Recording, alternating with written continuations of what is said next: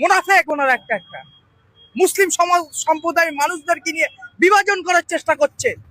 আজকে দেখুন ভাঙড়ে নিজেদের ভাই ভাইয়ের মধ্যে ঝামেলা পাকানোর চেষ্টা করছে এই আব্বাস সিদ্দিকী, এই নওশাদ সিদ্দিকী। তারা প্রত্যেকেই বক্তব্য শুনতে পেলেন। একজন ব্যক্তি ভণ্ড, প্রতারক, মুখে কি দাড়ি নেই, কোনো রকমে একটু করে দাড়ি থুয়েছে, ফাসেক, সেই ব্যক্তি পিজ্জাদা নওশাদ সিদ্দিকী ভাইজান বা আব্বাস সিদ্দিকী ভাইজানকে মুনাফিক বলছে। একটু ভাবতে পারেন এই সমস্ত মানুষেরা কারা, কোথা থেকে এর আমদানি? এদের তো কোনোদিন তো মিটিং মিছিলে তো দেখতে পাইনি, কোনোদিন তো কোনো কিছু প্রতিবাদ তো আমরা দেখতে পাইনি। এরা কারা, কোথায় থেকে এর আমদানি হয়, এটা তো বুঝতে পারা যায় না। এই যে সুমন থেকে শুরু করে এই যে একটা কি যে একটা রয়েছে মুখে দাড়ি কি একমুষ্ট নেই, একটু একটু দাড়ি কি রেখে থুয়ে দিয়েছে। এটা বিশাল কি ফতোয়া জারি করছে যে অমুক মুনাফিক, অমুক মুনাফিক। আরে মুনাফিক মুনাফিক তো কি আব্বাস সিদ্দিকী না, মুনাফিক নওশাদ সিদ্দিকী না, তাদের একটা ইমান আছে, তাদের ইমানের জোর আছে। মুনাফিক হচ্ছে এই সমস্ত জাহেলগুলো যারা হারামকে সাপোর্ট করে, যা হারামের দিকে থাকে। তা আমি বলবো এই জাহেলকে বলবো যে ফুরফুরা শরীফের পীর মোজাদুজ্জামান আবু বকর সিদ্দিক ফুরফুরা রহমাতুল্লাহ আলাইহির জন্য যে তোমরা সম্মানটা পেয়েছো, এটা মাথায় রেখো। তোমাদের সম্মান দাদা পীরের ওসিলার জন্য না। তোমাদের কুকুরও চিনতে পারতো না, তোমাদেরকে কুকুরেও চিনতে পারতো না। দাদা হুজুরের অবদান রয়েছে বলে আজ তোমরা এইরকম করে পরিবেশটাকে নষ্ট করছো কিছু টাকার বিনিময়ে, কি যে হারাম দলকে সাপোর্ট করছো। আর পিজ্জাদা আব্বাস সিদ্দিকী নওশাদ সিদ্দিকী ভাইজানের বিরোধিতা করছো। কেন? তুমি যে দল পছন্দ করছো তুমি করো না, তারা কে নিষেধ করছে? করো। কেন তুমি পিজ্জাদা আব্বাস সিদ্দিকী নওশাদ সিদ্দিকী ভাইজানের বিরোধিতা করে উল্টোপাল্টা কথা বলছো, মুনাফিক বলছো? তুমি কি জানো না দাদা পীরের কি যে খুন এদের কি রক্তের মধ্যে রয়েছে? আজ আল্লামা রুহুল আমিন বসিরহাটি রহমাতুল্লাহ আলাইহি আমাদের মাথার তাজ, তিনার কিতাব আমরা পড়ি এবং কি আলোচনা করি। কোনোদিন তো কি কোনো মানুষ আল্লামা রুহুল আমিন বসিরহাটি রহমাতুল্লাহ আলাইহির নামে কেউ কিছু বলে না। তাহলে এই যে আপনি যে বক্তব্যগুলো দিচ্ছেন, তাহলে এবার যদি আপনাকে মুনাফিক যদি বলা হয়, আপনাকে যদি মুনাফিক যদি বলি, তাহলে এখানে আল্লামা রুহুল আমিন হুজুরকে বলা হবে। তাহলে এবার এটা আপনার কেমন লাগবে? ভালো লাগবে তো? এ ভালো লাগবে? তো এইগুলো কথা হবে কেন? আপনি যেই দল করছেন করুন, আপনার নিষেধ করা হচ্ছে, কিন্তু এখানে কেন আপনি উল্টোপাল্টা ভাষা বলবেন? কি অধিকার আপনার আছে বলুন? আপনি তো মুখে দাড়ি তো কি ঠিক মতো রাখতে পারেন না, আপনি নিজেই তো ফাসেক। আর ফাসেক ব্যক্তি হয়ে আপনি আরেকজনকে মুনাফিক কোন লজ্জায় বলতে পারেন আপনি? তো এখানে আমি বলতে চাই জনসাধারণ মানুষগুলোকে বলবো যে কিছু মানুষ এরা কি যে পাগলা কুকুরের মতো হয়ে গিয়েছে। এরা ভালো মন্দ এরা কিছু যাচাই করতে পারে না, ভালো মন্দ এরা পরীক্ষা করতে পারে না।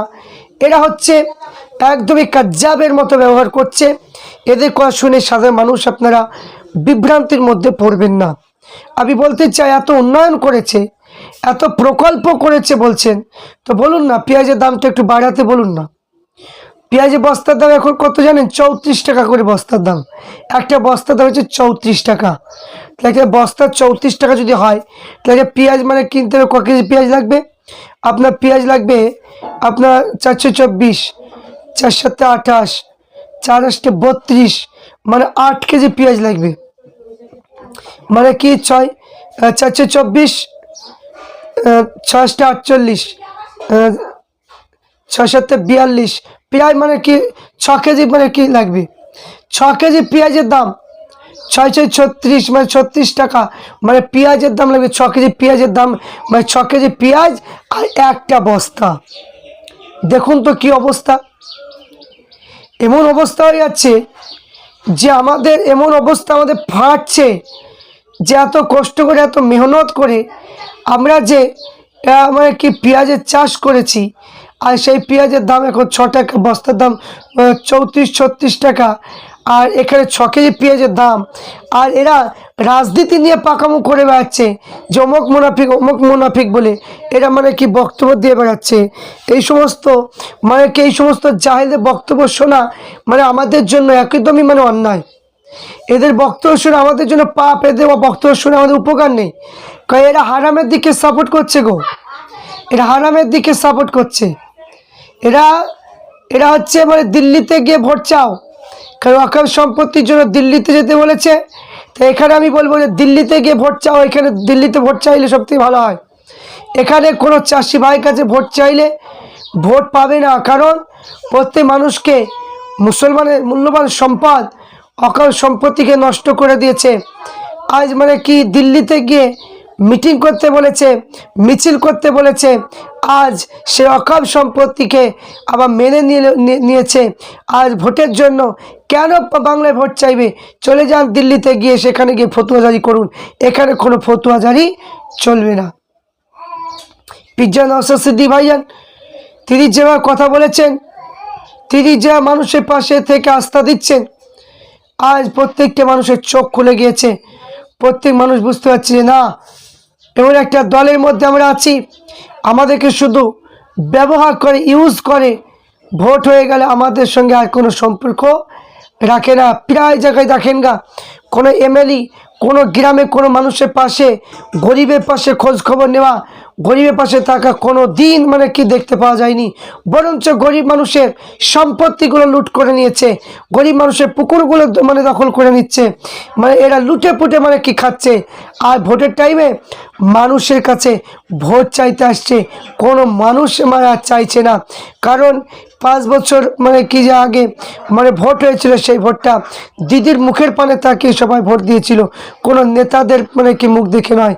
কিন্তু আজ এত পরিমাণ দুর্নীতি হয়েছে, এত পরিমাণ মানুষের প্রতি অত্যাচার করছে, মানে কি যে সম্পদ মানে কি জমি মানে ফসলে কোনো দাম দিচ্ছে না, ন্যায্য কোনো দাম পাচ্ছে না।